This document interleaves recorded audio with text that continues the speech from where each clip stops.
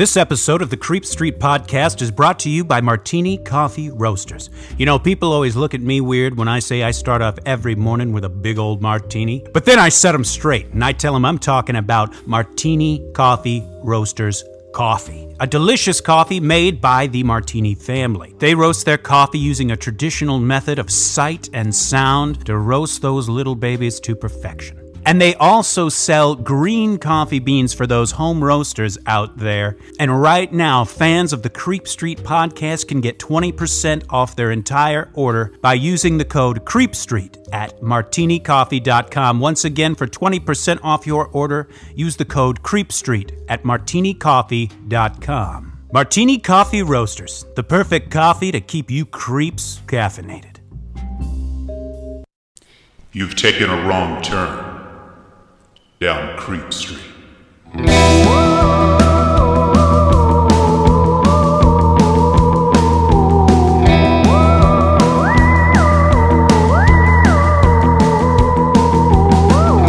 Citizens of the Milky Way, my name is Dylan Hackworth. I'm Maureen Bogey. And this is Creep Street. Of course, follow us on Facebook and Instagram at Creep Street Podcast. That's right. Twitter at Creep Street Pod. On our Facebook, there is another forum called Citizens of the Milky Way. You can find it on our Facebook page. Go there, click on that thing, and one of us will let you in. It's a place where we post daily with our listeners, and we talk about funny stories or scary stories or memes, just fun stuff. It's just a blast. Oh, yeah. And everyone's welcome to join. Yeah. And of course, if once a week is just not enough for you, and let's be honest, this is you need a 12-step program if you're going to quit Creep Street. I mean, as far as I know, I don't think you can quit us. There's no cure for the creeps, baby. There's no cure for Creep Street. That's true. I can't quit you. You can't quit us. That's it's right. Happening. We're nailing it. Well, if once a week is not enough, you just go to patreon.com/Creep Street Podcast, where you can get all sorts of goodies. And of course, everyone knows if you stick around to the end of the show, I will be rattling off the names of our top tier Patreon subscribers. Woo! But you know what? We've gotten through the opening stuff because today's an important day. Today's a big one. Today's kind of a slapping one. Today's something we always look forward to. This is a tradition we've started. Our first listener stories came out on Christmas Eve last year. That's right. And we've decided we kind of want to do this twice a year. Once right around the holidays and once right in the depth of summer. We have some terrifying personal stories coming up in this episode. Listener Stories Volume 2. Wow. Some creepy ones. I'm so excited. We always love hearing about your personal stories. And we got some from some of our favorite listeners. Yes, big time. Some of our favorite listeners that love to, we love interacting with them and chatting with them on social media and stuff. So excited we get to share. Because let me tell you, they're freaky. It's big time, baby. Very freaky stuff. I, for one, can't wait to get started. Let's do it right now. Oh, are you sure? Our first story comes from the oh-so-suave Sean Richardson. Oh, hello. Great friend of the show. He's been listening to us since the beginning. Can't wait to share this story. This is a spooky one. It sure is. Hey, Dylan and Maureen. So here's a ghost story that happened to me in 2011 when I was 24 years old. I moved back to my hometown of Darlington, England, and into my brother's house whilst I was finding work. He and his girlfriend, now ex, lived together, and so there were 3 of us in the house. I was only there for 3 or 4 months. To give you a bit of background, the house was less than 10 years old. In fact, we lived just around the corner when we were kids in an older estate, and we'd play in the fields and then in later years sneak into the construction site before the estate existed. I have since checked the area on a map, and I'm pretty sure the house was built on a border between the huge field and a farm. The border was just a hedgerow, fence and trees from what I remember. They rented the house, and I think they'd been around a year themselves, if I remember correctly. Anyways, I had a weird feeling when I moved in. There was something about the bedroom I slept in that felt like someone was watching you from the door, and I'd often hear a knocking noise coming from the landing just outside the door. It never sounded like a person knocking. It was always just a single knock, so I didn't pay much attention to it at first. I managed to finish work early one day around 3 p.m., and for the first time since moving in, I was in the house before my brother and his missus. As soon as I walked through the door, I heard someone walk across the landing. Of course, I shit myself a little, as neither of their cars were in the driveway, so I knew nobody was home. But it definitely was the sound of someone walking, and it would have walked straight across my view if a person was there. I stared at the top of the stairs for a short while and decided to stay downstairs until one of them came home. Rose was the first, and she commented straight away that it was both unusual to see me home that early, and secondly, to see me watching TV downstairs, as I normally kept to myself in my bedroom. I had no problem telling her what I heard. I said I heard a noise, and she immediately asked if it was footsteps on the landing. I confirmed, and she said something along the lines of, "Yes, we have a ghost, but don't worry about it. It just walks across the landing from my bedroom side to theirs. It happens all the time." I'd obviously suspected it was a ghost, and I guess it eased my mind a little hearing that that's all it did. I did find it a little odd that she was so comfortable with it, but I guess she'd gotten used to it if it happened all the time. That was the first and last time I heard those steps. Now cut forward a few weeks, and it was a Friday. Again, I had managed to finish work a little early and beat those two home, this time by several hours. I never heard the noise at the top of the stairs, but I was weary about what happened the last time I was alone, so I decided to stay downstairs and watch some films. I remember I was watching Harry Brown, which my brother had recorded on Sky or whatever TV thingy he had.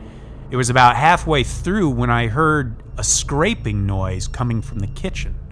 It was loud, really, really loud. I've always thought it sounded like a pan turned on its edge and being scraped up and down the kitchen worktop. I jumped up quickly and paused a moment before deciding to double check that some pans hadn't fallen over or something. I was scared again, but I wanted to put my mind at ease. I checked all of the cupboards and everything was in place. Rose had OCD when it came to cleaning, and the pans were all stacked perfectly. I guess I convinced myself it was the pipes or something and headed back towards the front room. But as soon as I turned my back on the kitchen, the noise happened again, right behind me. When I say right behind me, it was within a foot or two. It certainly wasn't pipes, and it definitely didn't sound like it was coming from within one of the cupboards. It was incredibly loud, and it sounded really aggressive. And thinking about my position, must have come from the worktop. Of course, I absolutely shit myself. I ran straight down the corridor, out the front door, and I continued running down the street. This sounds a little silly, but I even ran across a main road and continued for about another half mile before I stopped to get my breath back. I realized at that moment that I was running towards where my mother lived at the time, that I'd actually taken my work van home with me. I was so frightened that I had ran past it and could have just used it. I continued walking to my mother's house about another mile away and stayed there until I knew one of them would be back home. I told my mother, and of course she was skeptical, although surprised, as I didn't think I'd ever spoken about ghosts before. I mean, although I'm skeptical, I believe in them, but I've never really shown much of an interest or talked about it due to it being my first experience. I eventually walked back, but I didn't tell either of them about it this time, as I didn't want to frighten them in their own home or have them think that I was playing a prank, as I was due to move out the following week. I came home earlier than those two once or twice before leaving, but I either stayed in the van or went to someone else's house first until they came home. The day I moved out, I got home before them again. Thankfully, I'd already packed most of my things, and I brought the work van home to help me, so it was just a matter of grabbing everything from the bedroom and leaving. I did it quickly, as I hated being alone there for obvious reasons. When I packed my final bag, I turned to lock the door and post the key through the letterbox as we decided. I looked in for a last check to make sure I hadn't forgotten anything, and just as I went to leave, I heard the knock on the landing at the top of the stairs, twice. I jumped through the doorway quickly, tumbled with the key, and posted it through the letterbox. Just as I did that, there was a knock on the back of the door on the frosted glass. I immediately ran to the van and got out of there. I didn't tell either of them about the noise until they moved out the following year, and neither had heard anything other than the footsteps whilst they were there. Cheers, Sean. Wow. That is so frightening. It's like it was saying goodbye. Yes. It's like it was at the top of the landing, and then right as he shut the door, he hears it on the inside of the door that he's wow. It's like it was saying goodbye to him. You're right. It's like, I know this is your last time. It almost makes me wonder if it was like a friendly goodbye, like if it was saying goodbye. But it seemed just like kind of scary though before. Right. Yeah, you're right. Like, what was the scraping noise? Yeah, that's weird. But it was I really think it seemed to acknowledge him leaving. Yeah. It's just whether or not it was like a friendly goodbye or not is, we don't know. Wow. But it definitely, I think you're right. It was acknowledging that like he is moving out. Yeah, that is spooky. How freaky is that, wow. right? Wow. And interesting that it's not a very old house or anything. Yeah, it's not right, exactly. So it's not like there would have been a death there. Or, I guess there could have been, but I guess there could have been, but it's, yeah, you associate that with older places. Right. Thank you so much for sharing that story. That is freaky. All right, well, Maureen, what's our next story? Next, we have another spooky story, this one coming out of Ireland. Oh, here we go. The mother of raccoons herself, Dylan Doyle. Thank you so much for sending this in. Here we go. I have a ton of stories that literally started in the womb. People think I'm crazy until they spend enough time around me and they catch glimpses. But on the subject of shadow people, my fiancé and I have, for the longest time in this house, caught sight of them out of the corner of our eyes. However, recently enough, Elle, one of my raccoons, were in our bedroom messing around as is customary for her. She does this thing when she'll stop and watch if Adrian is walking towards the bed. When he approaches the bed, she dives under the duvet. It's funny until he wants to actually go to bed. One night she was here with me, messing as usual, and she started staring into the hallway. We live in a bungalow, so it's not terribly unusual. Adrian was sitting in the room playing guitar, so I figured she had heard him moving and was about to do her usual nosedive under the duvet. The full light and lamps were on in the bedroom, and the bathroom light was on where her paddling pool was filled, but the hallway light was off. She was acting more scared than usual, so I turned my tone to caring, saying, "Don't be silly, Babu, it's just Daddy."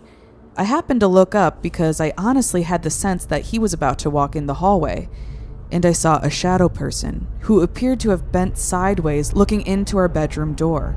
When it saw me seeing it, it pulled back and then leaned back. I got distracted with Elle wriggling under the duvet and knocking toys all over the place. When I looked back up, it was gone.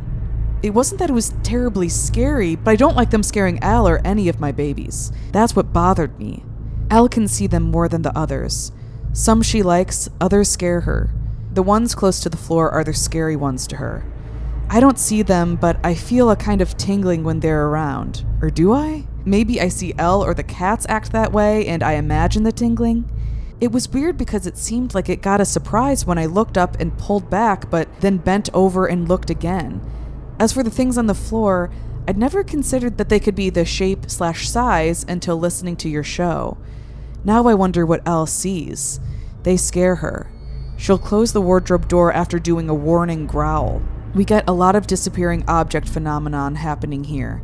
I wonder if it's them. I don't mean shrug. What's that thing I just had in my hand? It's things that have absolutely no business being gone that then show up where they absolutely could not have been. That usually happens when you stop looking. Not right away, but a day or so later when you accept that it'll turn up when they're done with it. Very interesting. So weird. And I think there's something to it about, because you notice, like, I think most people, if they were to see that, something leaning around the corner, you'd be terrified. Oh my God, it'd be so fucking frightening. But if you notice, Dylan says she wasn't, for whatever reason, like, it was freaky, but it wasn't, like, in a state of horror. Right. Which is like, it's just, she didn't get that vibe. And, like, whereas you notice with Sean's story, he was terrified, and part of me wonders if it has to do with something they're giving off. Like, if for whatever reason, whatever Sean was experiencing, he was supposed to feel fear, whereas with Dylan, Like, saying? it wasn't trying to scare her, and because Right. it wasn't trying to scare her, it just wasn't emitting that thing. So it was just kind of like on a very primal level. She just wasn't afraid of it, even though Right. that should have been scary. And even if anything, know. it seemed scared of her. It was like leaning in and out of the door. Right. Like, it didn't want to be seen. Like, it didn't know that it could be seen or something. Yeah. And then she said something about ones that are close to the floor, Yeah. which I thought was interesting. Well, And there's a thought about maybe there being like shadow cats. yes, that's That another could be that. Yes, very interesting story, and we'll have to hear some more from her because it sounds like this kind of activity happens to her just in her life. One of those people that maybe is just more attuned to the other side or Right. to what, I don't even know what. Thank you so much, Darren, for sending that in. What a weird story. Absolutely. Very freaky stuff. Now, our next story is from one of our listeners on YouTube. Oh, very fun. YouTube user Yoni Bennett. This is an interesting story. Okay. Hope this true personal account gets this conversation going. Let me first say that at no time did I experience any sleep paralysis. I was fully awake each time and able to move. I saw this dark figure when I was about 7 or 8 years old. He was wearing a cloak or cape with the hood up over his head, but not covering his face. However, the entity was so much darker than the dark room that he was standing in that I couldn't see his face. My bedroom had a small night light that glowed dimly near the door. When the lights were turned off, the room was dark for the most part. I believe the entity was male for some reason. He was very tall. The first night, just standing inside my bedroom door, my assumption was a family member checking on me, which actually never used to happen. Not sure why I assumed that. But the next night or so, some moments after lights out, I saw him standing at the very end of my bed, so close that his feet would have to have been under my bed. It scared me because it stood without speaking to me. I called out my sister's name, who was always trying to scare me, and a shiver cut straight through me when there was no response. I knew somehow instinctively at that moment that this person wasn't of my household, but I wasn't of the age to consider origins beyond that. I closed my eyes in fear that night and didn't open them again for what seemed like a long time. The figure was gone when I finally did. It returned a few nights later, standing to the side of my bed within 2 feet or so from me. I remember that I took a startled breath and turned away from it quickly and stared off at the wall till I fell asleep, scared stiff. My bed was positioned in the corner of my room. Didn't see it again till my teens. Came home in the middle of the night from a party, sick. I ended up on the floor in the front room. I saw it silently standing above me. Its hooded head tilted down towards me, but it exuded more a feeling of concern, of watching over, if you will. I fell asleep unafraid, awoke later and went to bed. Never saw it again. Moved from that house shortly after. Weird. Very weird experiences. Never told anyone this till now. Just searching the web to see if anyone else has had any idea of who these cloaked, hooded, dark, faceless entities are and if someone else had seen them too. It never did me wrong. I will add that my childhood wasn't exactly the best of times, tumultuous at best. If I had to guess, I would say that the first times by the door and end of the bed seemed like observances, while the standing closer at my side of the bed may have been a want for communication, and the last of concern, sorrow. Not sure if any of that could be even remotely true. What I know is that I saw it, it was there, and I wasn't dreaming. I wonder if this thing was around more often than observed. If so, why? The hooded, dark, faceless beings are different than the shadow people. Shadow people you see out of the corner of your eye. Hooded beings stand and stare at you. Multiple other differences. No sleep paralysis with the hooded. They're seen while awake.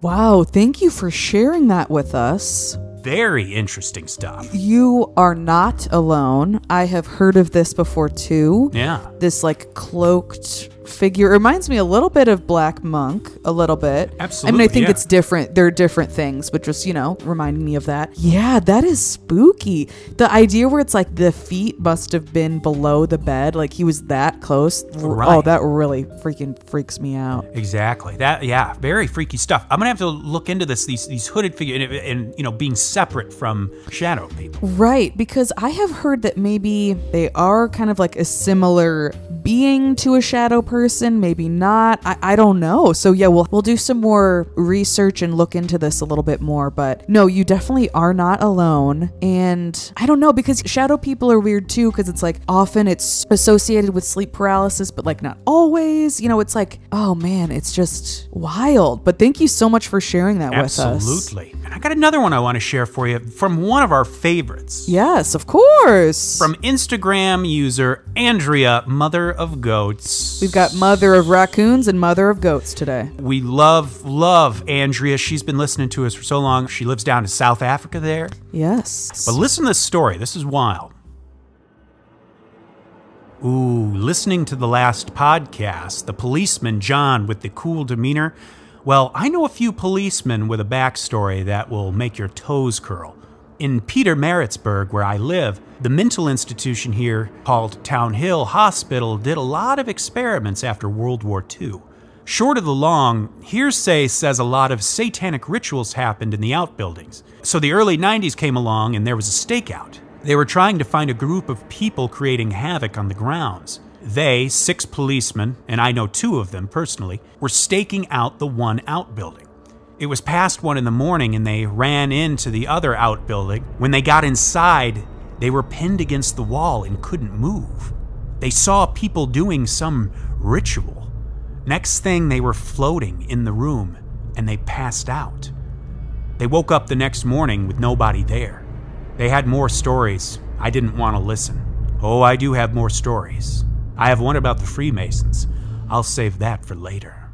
Oh my gosh. Leaving us with a cliffhanger. I was going to say, excuse me, are you a podcaster knowing how to leave us wanting more? Good Lord. That's freak. So this is more of a, scary. It's paranormal, but it's involving real people. And it's like kind of a little conspiracy. Right, like a cult. Wow. Right, so this was real people performing a ritual, real policemen that saw it, but there was something unnatural happening. Wow, that is scary. How wild is that? It's like, I wondered what that is. At first, it kind of was making me think of Stranger Things. Yeah. Kind of that kind of vibe, but then it turned into spooky, dark magic land. Right. I don't know. I mean, dang, that is scary. And I'm excited to hear that Freemason story. Hopefully that'll be in our next one. Absolutely. That is an incredible story. Oh my gosh. Thank you, Andrea, for sharing that. And now we have a fantastic story from the wonderful Anita Polygronos. Thank you so much for listening. She has just been a delight, been listening for so long. She's so cool. She's so nice, and she's great. I love chatting with her in our Citizens of the Milky Way forum. Yes. And she lives down in Argentina. That's right. Yes.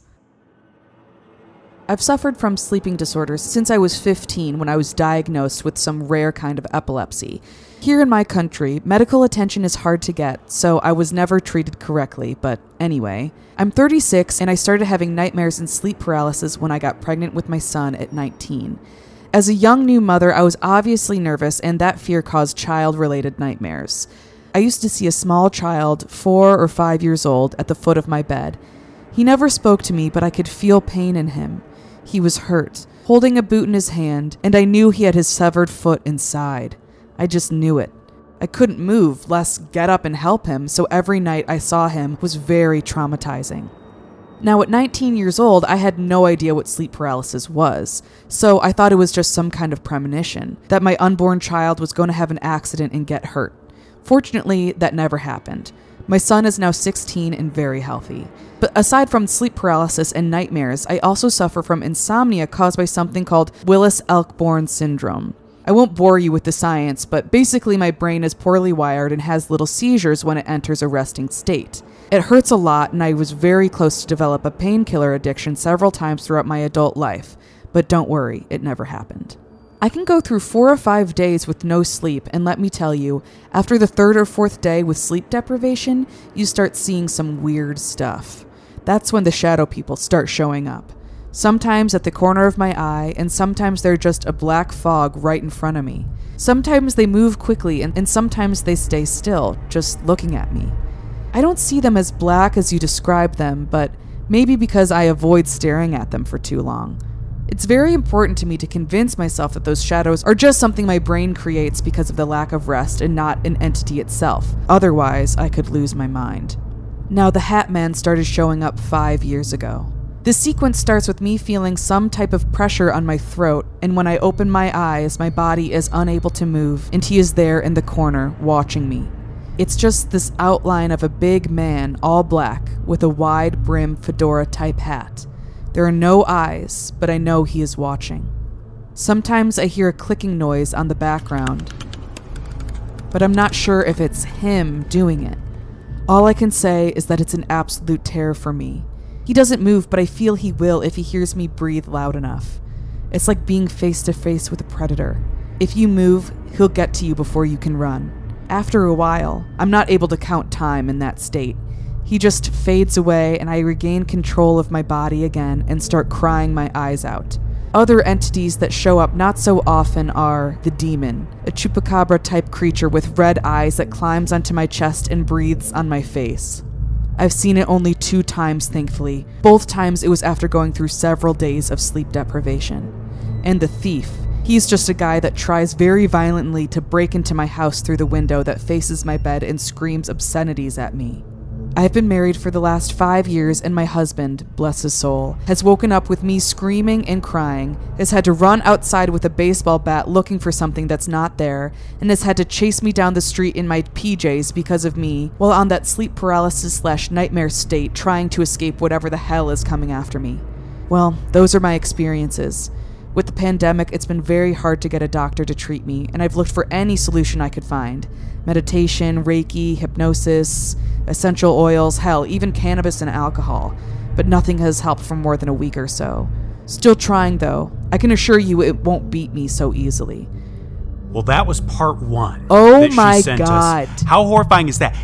This one makes so much sense because, as we know, these fuckers like to take advantage of people who are in a state of vulnerability. Yes. Whether it's, if you're suffering from an illness or something. And that sounds like what's happening here. And even if all of this is just a symptom of her brain not functioning properly because of the lack of sleep, that's still so fucking scary. Horrifying. That she really feels like there's someone violently screaming at her trying to break into her home. Right. Or the chupacabra, which we have to do an episode on the chupacabra. Sitting on her chest. Oh my God, that is so scary. And it reminds me of, there's a famous painting, and I'm blanking on the name right now, but it's of a woman sleeping, or vaguely sleeping with this demon sitting on her chest. It's very looks exactly famous like painting. this. You'd know it if you saw it. Yes, and you hear about this a lot with sleep paralysis and everything, with it's they're pushing on your chest and so you can't breathe, and it's oh God, no matter what is happening, it's fucking scary. And I hope that you are able to,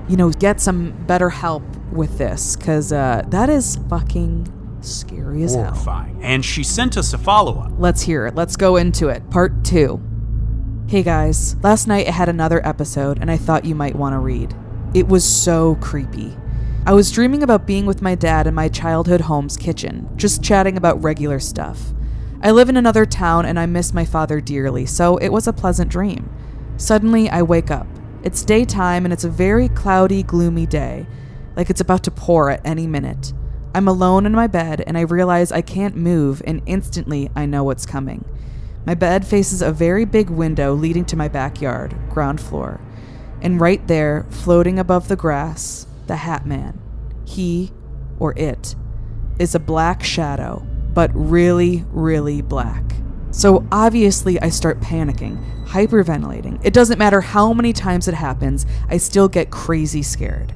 I still can't move, and he starts floating towards me. I knew the window wouldn't stop it, and I was right. It came right through the glass and stopped right at the foot of my bed. At this point, I'm shocked I didn't pee the bed, but as time goes by and nothing happens, I start thinking, okay, I got this. I know what to do. and I start praying the Lord's Prayer. Please note, I'm not Catholic. I'm agnostic. I know the prayer because of all the times I've heard it on TV. I don't believe in the God organized religions believe in. I believe there are powers beyond our comprehension and that we, as a species, are too young to understand. I repeated it over and over, and the figure at the foot of my bed started shaking, like a lagged video when the Wi-Fi is down. At this point, I closed my eyes, and when I opened them back, it's nighttime. My husband is sleeping right next to me, and I realize everything that happened before was a dream inside another dream. Now I was really awake, hot as hell, so scared I thought I was going to have a heart attack. I still couldn't move, and I didn't want to look up and see him again, because now it's dark, I can't see clearly if he's there or not. So I closed my eyes and took a few deep breaths to calm down. Then I started moving one foot, and then the other, to unlock my body. A technique I read online but never had the chance to try because the paralysis never lasted this long. Once I was able to move again, I opened my eyes and it wasn't there anymore. So I hugged and kissed my sleeping husband, something that always calms me down, and got up to light a cigarette outside. I was still so scared to run into the Hat Man in our backyard, but fortunately I didn't. Just so you know, as an agnostic, I'm very respectful to those forces we don't understand yet. I don't use Ouija boards, nor have I ever tried to contact anything beyond our plane of existence. I think prayers, like spells, are not powerful because of the words, but because of the intention put into them. I don't know what came up to me at that moment that I started praying, and I don't know either if I was able to wake up and send him away because of them, but darn, it was as awful as any other time. Maybe I've listened to too many of your episodes one after another. I'm not planning to stop, though. We had to keep in the end where she gave a shout out to our podcast. Absolutely. But damn, that is so frightening. How scary is that? Well, I'm glad she's obviously so tough, and she did but damn. Oh, she is a badass. You can tell. She's like, I'm not gonna let this stop me. But the idea of the Shadow Man or the Hat Man going through the glass. I've heard of that before, and that is so fucking scary. And she even sent us a photo of the window, like from the interior, like where from her perspective where she would have been laying, and very freaky stuff. Oh God. And the dream within a dream, it's like a movie. You know, it's like you think you're awake and they're like, oh my God, I wasn't actually awake. That is crazy. Horrifying. That is so scary. But thank you so much for sharing that story and all of your stories. Yes. Thank you all. Thank you to the Creep Street universe for all the love. We just grow every week. We just keep growing and growing, and we're so happy. We're so thrilled. We're so happy to have you all here. It's so exciting. I mean, when we started this podcast, we had no idea that there would be people from all over the world listening. Like today, we shared stories from England, Ireland, the US, South Africa, and Argentina, right? Yeah. I mean, wow, that is so cool. And you know what's even cooler? Oh God, tell me, baby. The names I'm about to read. Let's go. The names of our top tier Patreon subscribers, of course, the Dream James Watkins, the Finnish Face Via Lungfist, the Madman Marcus Hall, the Vivacious Vicky McHugh, the Tenacious Teresa Hackworth, the Heartbreak Kid Chris Hackworth, the oh-so-suave Sean Richardson, the British Bonebreaker Bex Martin, the notorious Nicholas Barker, the terrifying Taylor Lashmet, the Count of Cool Cameron Corliss, the Archduke of Attitude Adam Archer, the sinister Sam Kiker, the Nightmare of New Zealand Noeline Vivilli, the loathsome Johnny Love, and the carnivorous Kevin Bogey. Dylan, that was extraordinary, powerful, compelling stuff. Thank you for reading that. Absolutely. And citizens of the Milky Way, thank you so much for sharing the love and sharing with us your personal stories. If you have any personal stories you would like to share, please, we would love to hear them, and we would love to share them. Yes, we have an open door policy on that. Just keep sending them any time of year. It doesn't matter. Even if we just released an episode list, just keep sending them in. We're going to use them. Right, because we're going to use them eventually. We're planning on doing this twice a year. But who knows? Maybe we'll do it more than that. If we get a lot, we'll just have to do it more than that. So please send those over to us. DM us on any social media. Email us at creepstreetpodcast creepstreetpodcast@gmail.com. If you already have sent us in a story and we have not read it, if you wouldn't mind to please send it again, because if you have sent us something and we haven't read it, it is a mistake on our part. It means we missed it somehow. It got lost in the shuffle. So please, if you wouldn't mind, resend it and we will add it to the next one. Once again, a reminder to like, rate, subscribe, tell a friend, tell a relative, Absolutely. tell a coworker, tell a neighbor, tell your pets. That doesn't really do anything for the growth of the podcast per se, but it makes my heart feel nice that you tell your pets about it. Check out patreon.com/creepstreetpodcast to get all sorts of special goodies. That's right. Citizens of the Milky Way, my name is Dylan Hackworth. I'm Maureen Bogey. Good night and goodbye. Goodbye.